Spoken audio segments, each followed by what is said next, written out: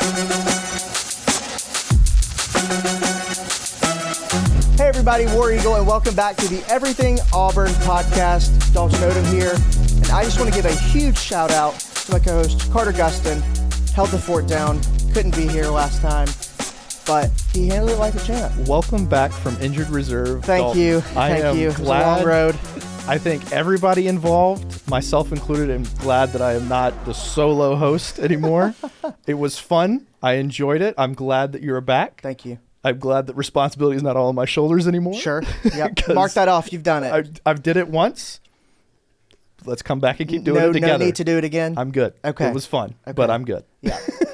Yeah, that was, we won't even get into it. We're back. You're back. Back and better. You're back, and you're all good. Healthy as can be. Healthy as can be. But we're just chugging along. Happy to be here today, to be back. We have an incredible guest with us here today. We have Miss Beth Thorne Stukes with us here today. Miss Stukes, how are you? I'm doing great this morning. How are you guys? We're doing great. Welcome to the show. Glad you're thank here you. joining us on our rinky-dink little production we got over here. It's my first production studio, so it appears fine to me. Hey, I'm glad. Well, I am honored that you have decided to bless us with your first podcast experience. My pleasure. Well, welcome to it. What we're doing is we just want to get to know you better, right? You've had such an incredible impact in Auburn, and I think it's really great what you've done, and we want to get to know you a little bit better. One thing that me and Dalton both share is we have a deep love for Auburn. And I think that's that's why we're both here. We both graduated from Auburn. Mm-hmm. I left Auburn a while ago, and I came back because I loved it so much. And I think the first thing I want to know is why do you love Auburn so much? You have a deep and caring and giving heart towards Auburn, and it's clear how much you love it. Where's that coming from? Well, for a long time, I didn't have a choice. It was, from birth, it was a family thing. My mother had the most wonderful time of her life as a student here at Auburn. And my dad came for a year or two before he changed majors and went into dentistry instead of textiles. But we were here a lot for football, and we followed that. So I really didn't have much exposure to anything else, to tell you the truth. I mean, it was just, okay, here it is. This is us. This is our family. Let's roll with it. Do you have any good football memories from back in the day? Stick out?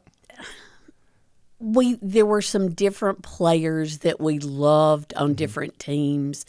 I loved Larry Blakeney. My brother loved Mickey Zofko.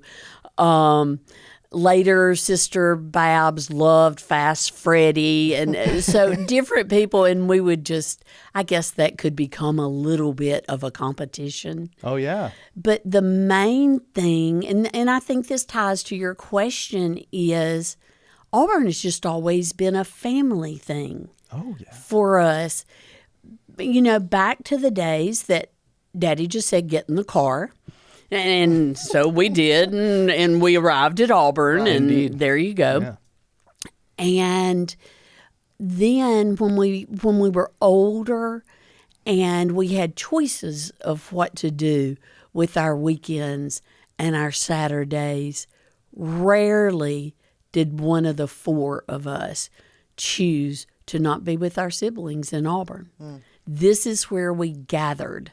My sixth grade students used to say, why do you love Auburn football so much? And I said, well, y'all, it's really not the football that I love. Mm-hmm. It's the fact that when I get there, my people are going to be there. Yeah. Right. And we're going to spend the weekend there. Yeah, well, we're talking 2 episodes ago to Kurt Sasser, and he has this thing he says all the time, which is, oh gosh, now I'm going to butcher it trying to quote him. It's I know Auburn and Auburn knows me. Mm-hmm. And it's that family thing. We talked to him. We've talked about it with every guest we've had on the podcast thus far about how much of a family thing it is. It's something that, we all feel it. And people always talk about Auburn in such a reverent way. And it's like, I don't really know how to explain it, but it's family. It's, we were talking about in the office with somebody the other day, and it's like, when you're like, thinking about a meal your mom or your grandmother used to make. It's like, man, I miss that. It's like that feeling you have. That's Auburn. I agree. A lot of people, I think, around the country at different universities refer to their family and the closeness and their ties.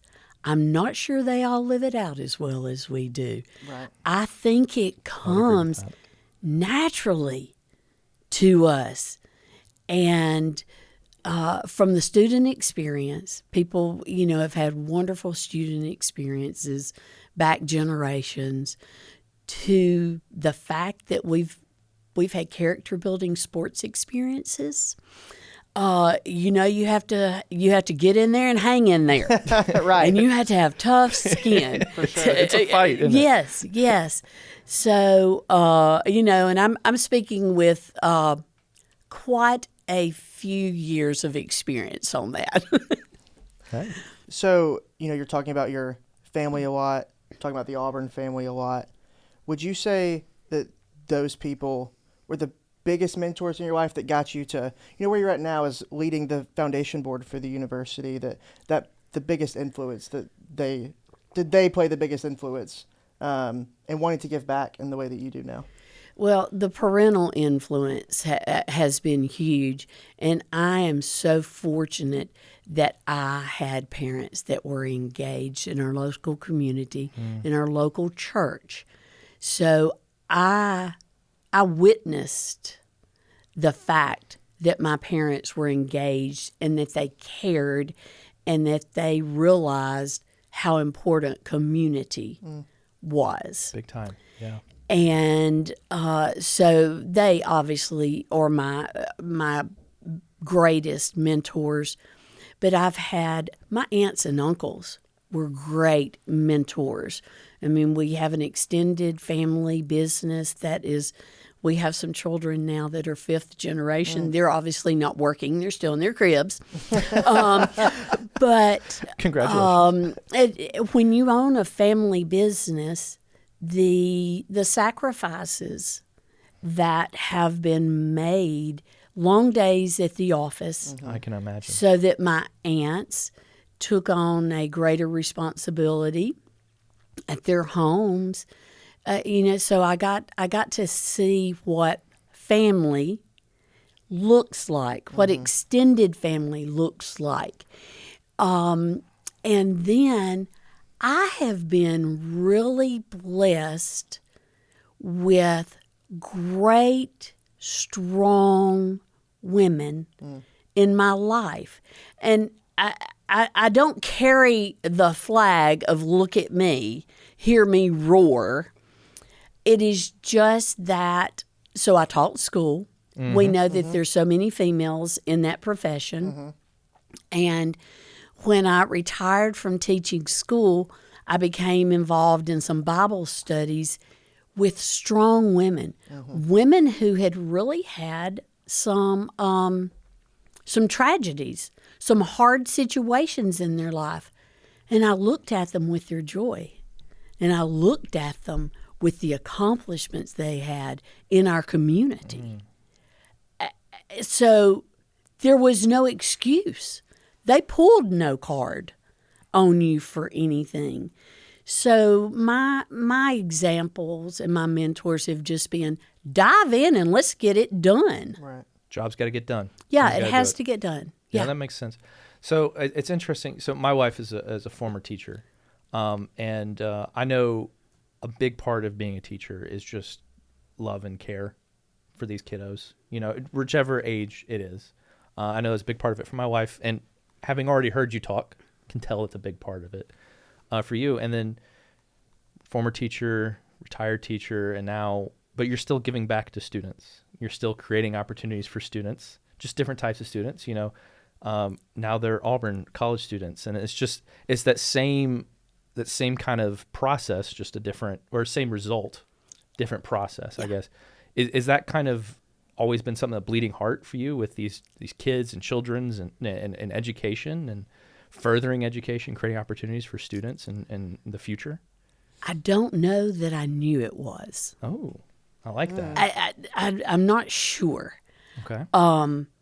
I knew I was supposed to be a teacher. I had worked in park and rec, and I had coached swimming. I'd been a swimmer. And I'm the oldest child in our family, which makes me bossy flossy. And when I'm not bossy flossy, I'm a little nurturing, maybe. So, that's awesome. The idea of helping a student, whether they were a fourth grader or a sixth grader, to nurture them to, we hear this all the time, but it's true, a better quality of life. To see if I could have some influence on them being prepared for life and for taking care of themselves and their families.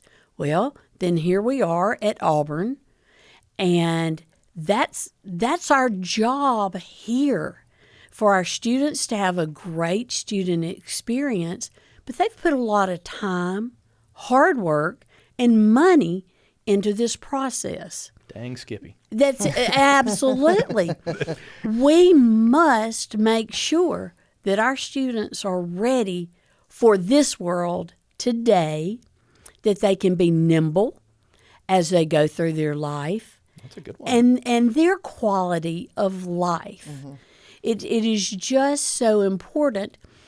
And one of the hats that I wear when I'm not in Auburn is a community foundation board member in Walker County. I see the challenges of a rural state and a rural county in a rural state firsthand. Ain't that real? It is so real. Yeah, that's... So now as a volunteer there, but I saw that as a teacher. So when I look at Auburn, I think, what can her students do in their communities in the state of Alabama? As a land grant, that's our mission. That's why we're here. Yep. Yeah. That is our mission. And I'm very proud to say I don't think anybody's doing it better. There's always room for us to improve, but there are a lot of challenges that are truly outside our doors. So I want our students to go back. A lot of people say, I want them to go out into the world. I don't. I want them. I want them to stay close to home, right, and help us with out mom what's and dad. here. Help out good old mom and dad. They pour into you, now you're going to pour into them. That's it. But we're having a huge global effect as well. 100%. Auburn is. And it's a hard thing because that's not something that, like, I don't know if that's something you're ever going to fully achieve. Like, it's always something you're working towards, but you still got to work towards it. You know, there's always room to grow. There's always progress to be made. There's always people to help. But you got to keep, I mean, it's hard when it's like, where's the finish line? I don't know. Yes, it is really hard when the finish line is not very clear.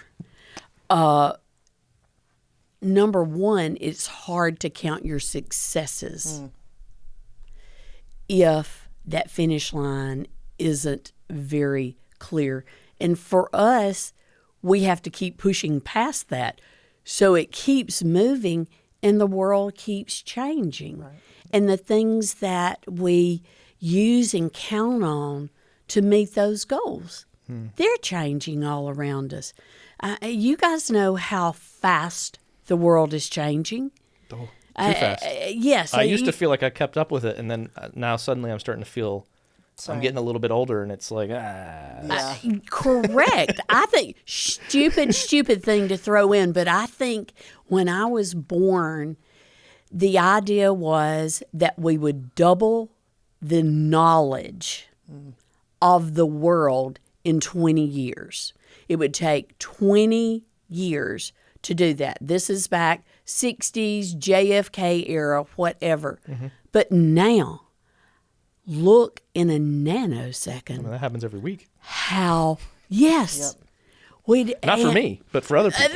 That's right. Well, it's hard because, I mean, we have just knowledge at our fingertips now, and you can. That's it. Knowledge can double overnight or with the snap of a finger, but at the same time, too, we've become so dependent on it. as well, with it being I heard someone describe as they're talking about Back to the Future, the movie, and they're talking about all these flying cars and all this stuff because the thought was that like we would solve the energy problem. We'd have no, and that would be solved. But we didn't solve that problem. We ended up solving information. That was the problem we solved because we have it in our pocket everywhere. We do. And that's just the why. Like, I think it's funny watching old movies and what they think the future looks like and how different it really is. Right. It's because we solved the problem that we didn't think we were going to solve. We solved a different one, which is a good thing to have done, but it has definitely made growth and that knowledge and that quickness and change happen so fast now. That's the exponential growth. The time coming at us so fast, and the changes coming at us so quickly. So I think how very important it is for Auburn to create critical thinkers. Someone that doesn't get totally thrown off their game because what you went to school for, the degree you earned, the things you learned in those classes, that's not going to last for a lifetime like it did when my parents came here. You're going to have to really be able to go with it, stay attuned to it, and it requires continuing ed every day, all day long of your life. That's real true. It is. Speaking of growth and change and continuing that mission of furthering education, you and your sisters have teamed up, and you guys have given a generous donation to the university and to the College of Human Sciences, and they're building a new state-of-the-art facility that's named after your mother, which is awesome. So would you mind speaking on that a little bit? Why did you guys decide to honor your mother, and why the College of Human Sciences? Well, Mother's a human sciences grad, and I like to say human sciences bakes the cake of life. Love that.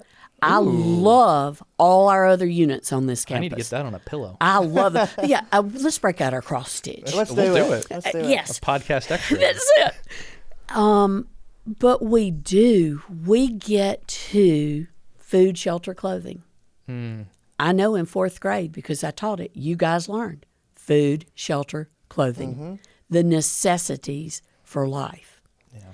So we start with that, our flour, our eggs, our butter, our milk in the College of Human Sciences, but then we add some great things to that. We look at family development. We look at healthy families. Families look different. Every family is different and unique.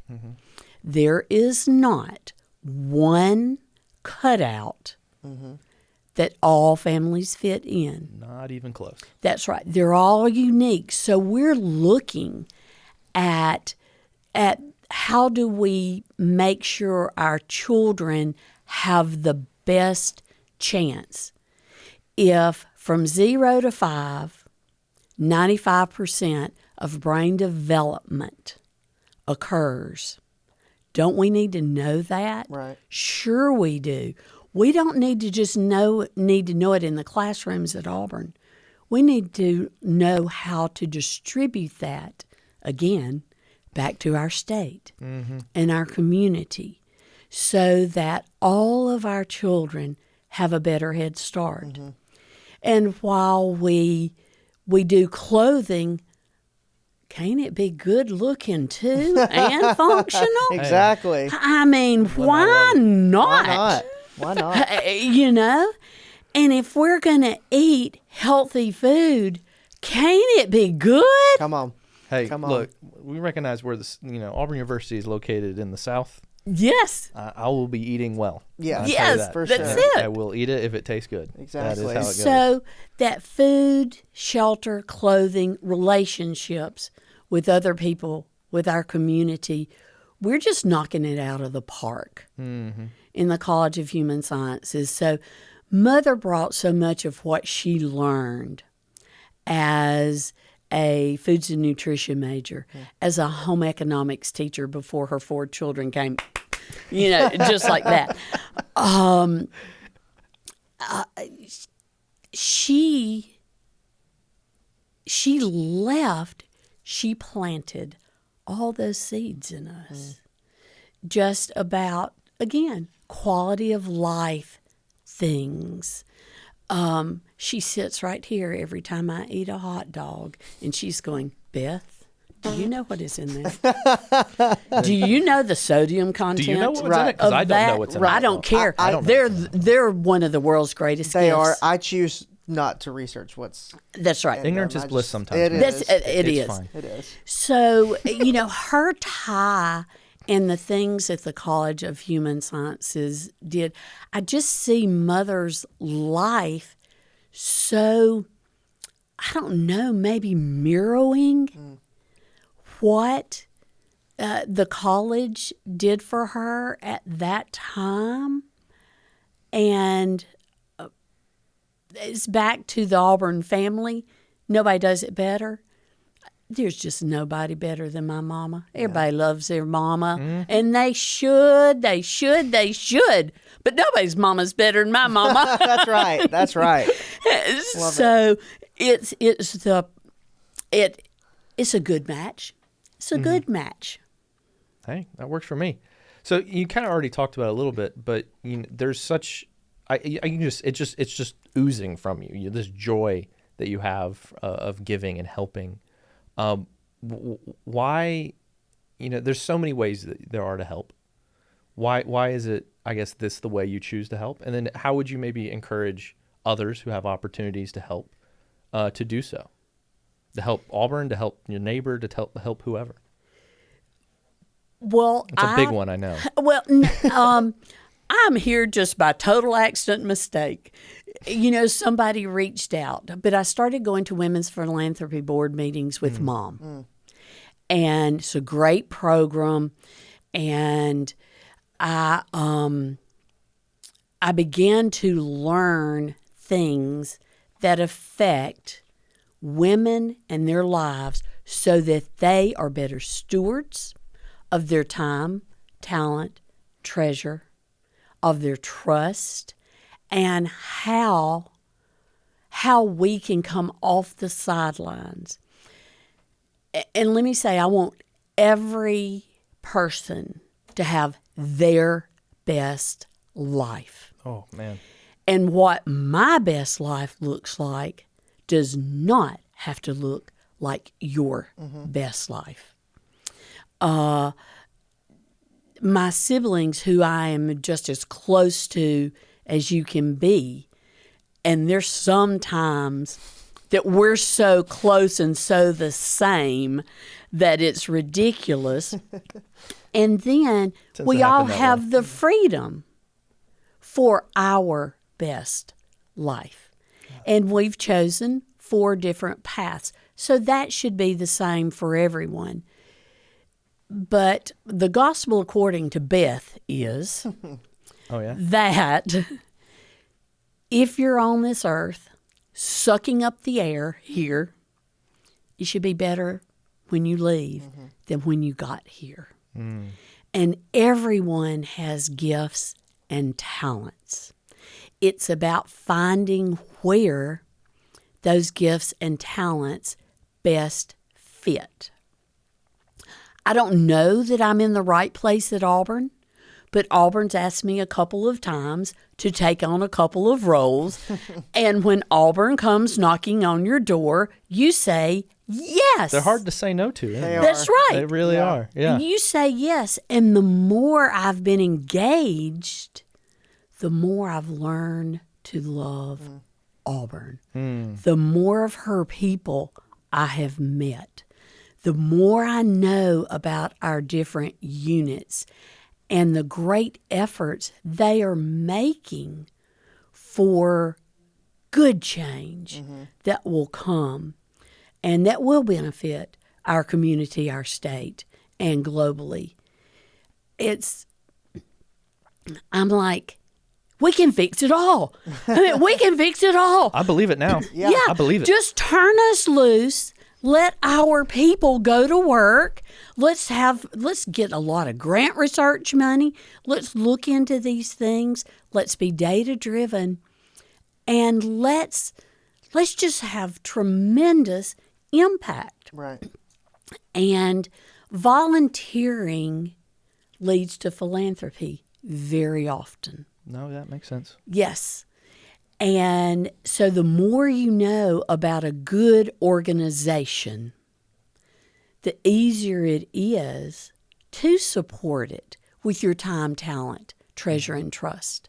And that has looked different for every generation. You know, right now, philanthropically at Auburn University, we're looking at people that are my parents' age. We're looking at my generation, my son's generation, and the generations of my nieces and nephews. All give differently. Mm-hmm. So we have to learn all those languages, and we have to speak to people where they are and introduce them to the coolest thing going, which is Auburn University. Right. I'm in support of that. Same. I mean, it's such a cool thing because I had no idea what I wanted to do in my life when I went to Auburn. I truly had no idea. And I was like, I'll figure it out. And I did. Against all odds, I did. I found like my life's passion, and like I found what I was put on this earth to do. Yeah, you know, from what both of you just said, I keep thinking of when I came to Auburn. I very quickly learned to saying, "If you love Auburn, Auburn will love you back." And I've heard that the entire time I've been here. True. Unlike Carter, you know, Carter said he left and then came back to Auburn. I never left when I graduated, and so it's true. And you know, just to kind of wrap things up, I think that you're the embodiment of, you know, giving back and loving Auburn back. And right before you came in here earlier, there was one of the student workers in the space that we're in here in the student center. She asked who was on the podcast today, and we told her it was you. And she said, "Oh, one of my best friends is a major in human sciences. Like, make sure like tell her thank you like on her behalf." Oh, cool. So it's that was 5 minutes before you walked in. Yeah. So cool. It's just, and I know so many students. I have a lot of friends who are alums of human sciences, and they're so passionate and so proud to be from the College of Human Sciences. So just on their behalf and on Auburn's behalf, just thank you for all that you do for this university that just means the world to Carter and I, and just to a whole bunch of Auburn men and women. Auburn has allowed me to live my best life. I think that, and that's, you know, I think I could say the same. I hope, you know, and I'm not even 30, and I feel very confident in saying that. I'm close. Well, I'm mad at you, so go ahead. I'm not even 30. And it's a really awesome thing that it's allowed like me to find my life passion. And Dalton, I know you feel the same way. And there's so many people, coworkers and friends. Like I know so many people who went to Auburn, who stayed in Auburn, who you can't meet somebody who knows Auburn who just cannot stop talking about it. That's right. You know, and I lived when I moved away for a couple of years, and I lived up in South Carolina, and I see Auburn shirts all the time. And it's just people have this reverence and this love for it. It's just different. You know, it's very different. Is it Pat Dye who has the Alabama fans love Alabama football, Auburn fans love Auburn? Mm-hmm. Correct. It's Pat Dye, and it's so profound and so true. And I'm so thankful for Auburn. And that's why I wanted to come back and try to make people believe about Auburn the way I feel about Auburn. Yeah. Right. Hey, next time I come, you're going to sit in this seat. Oh. And I'll have the questions for you, because that's a good story. That would be. Hey, I mean, if you want to come back for that, I will answer any question. You know, they picked two people who are unwilling to stop talking. Yeah. To be on this thing. So, bring it on. I love a good podcast that gets turned on its head every now and then, where the interviewee becomes the interviewer. I love it. I think that was a little bit of a fear when me and Dalton took this thing and kind of started doing it, is because by the book might not be the best way to describe the two of us. We get it done. We'll get it done. Like you said, everybody has their own like path. What works for one person might not work for another. A little bit over here. Carter and I will get it done. It just might not always be orthodox. We're going to get it done. I promise. Well, we're just getting on in time. But like again, just like Dalton said, I want to say thank you. Thanks for coming. Thanks for spending some time with us and chit-chatting with us. we had some great time. And it's so invigorating hearing someone talk about Auburn the way you talk about Auburn. You know, it's I take it for granted sometimes. I'm here every day, you know, and I get to see it every day and I live it every day. And it's hard to take it for granted to hear someone talk about Auburn the way you talk about Auburn. So thank you very much for that. That's just, it's reinvigorated my day and my week, which is great. And just thank you very much. Thank you for joining us on Everything Auburn. My name is Carter. He's Dalton. Thank you, Beth, for joining us so much. Thank you today. And thank you for listening. If you want to hear some of our older episodes, we got a whole bunch of episodes. We talked to so many different awesome members of the Auburn family. Go visit our podcast hub. Go listen to us on podcast. Watch us on YouTube if you want to see our pretty shining faces. And then we'll be back again next month with another wonderful member of the Auburn family. Until then, War Eagle. War Eagle. War Eagle.